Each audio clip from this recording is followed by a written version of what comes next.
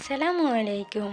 Welcome back to my another new blog. সবাই কেমন আছেন? আশা করছি আল্লাহর অশেষ রহমতে সবাই অনেক অনেক ভালো আছেন। আলহামদুলিল্লাহ আমি আজকে শেয়ার করব নতুন একটি ব্লগ ভিডিও। বাবার বাসায় গিয়েছিলাম বেড়াতে, সেখান থেকে আসার পথে বাবা পাকা কাঁঠাল হাতে ধরিয়ে দিলেন। যদিও আমার কাঁঠাল খেতে ভালো লাগে না, কিন্তু ভাবলাম যেহেতু আমার কম বেশি সবাই পছন্দ করে, বিশেষ করে আমার শাশুড়ি মা খুব পছন্দ করেন, যার কারণে কাঁঠালটা নিয়ে আসা। তো আজকে এই কাঁঠালটি এনে পরিবারের সবাই মিলে মজা করে আনন্দ সহিত আর কি খেলাম। তো কাঁঠালটা বেশ মজার ছিল, অনেক মিষ্টি। যদিও আমি পছন্দ করি না, কিন্তু আমার কাছেও খুব ভালো লেগেছে। তো প্রথমে আমি হাতে সরিষার তেল মেখে নিলাম, আর এখন একটি বটির সাহায্যে আমি কাঁঠালের মুখের অংশটুকু আর কি ফেলে দিচ্ছি।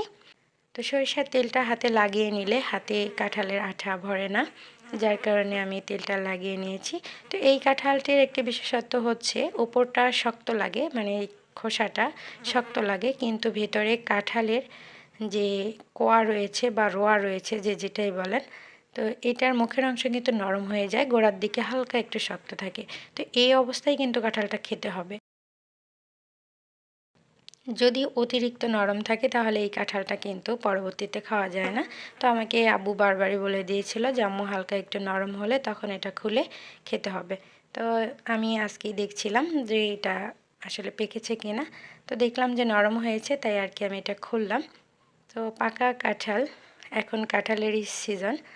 তো আপনাদের কার কার পছন্দ এই কাঁঠাল অবশ্যই কমেন্ট করে জানাবেন। আর দেখুন এইভাবে আমি এক এক করে সবগুলো খুলে নিচ্ছি। তো পুরো কাঁঠালটা আসলে খুললে আমার পরিবারে খেয়ে একদিনে শেষ করতে পারবে না, যার কারণে এখন আমি আপাতত অর্ধেকটা খুলে নিচ্ছি। এখান থেকে কিছু কাঁঠাল আমি আমার খালা শাশুড়ির বাসায় পাঠিয়েছি, কারণ আমাদের যে ছোট ফ্যামিলি, এই কাঁঠালটা খেয়ে আমরা শেষ করতে পারবো না, আর এটা বেশি দিন রেখে খাওয়াও যাবে না।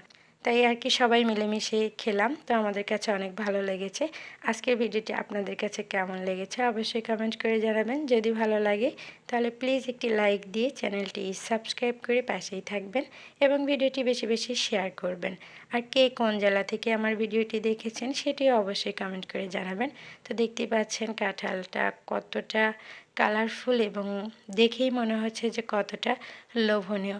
সত্যি এই কাঁঠালটি খুবই টেস্টি ছিল, অনেক মজার ছিল, যার কারণে আপনাদের কাছে ভিডিওটি শেয়ার করলাম। দেখা হবে অন্য কোনো ভিডিও নিয়ে। সে পর্যন্ত সবাই ভালো থাকবেন, সুস্থ থাকবেন, এই দোয়া রেখে আজকের মতো বিদায় নিচ্ছি। আল্লাহ হাফিজ।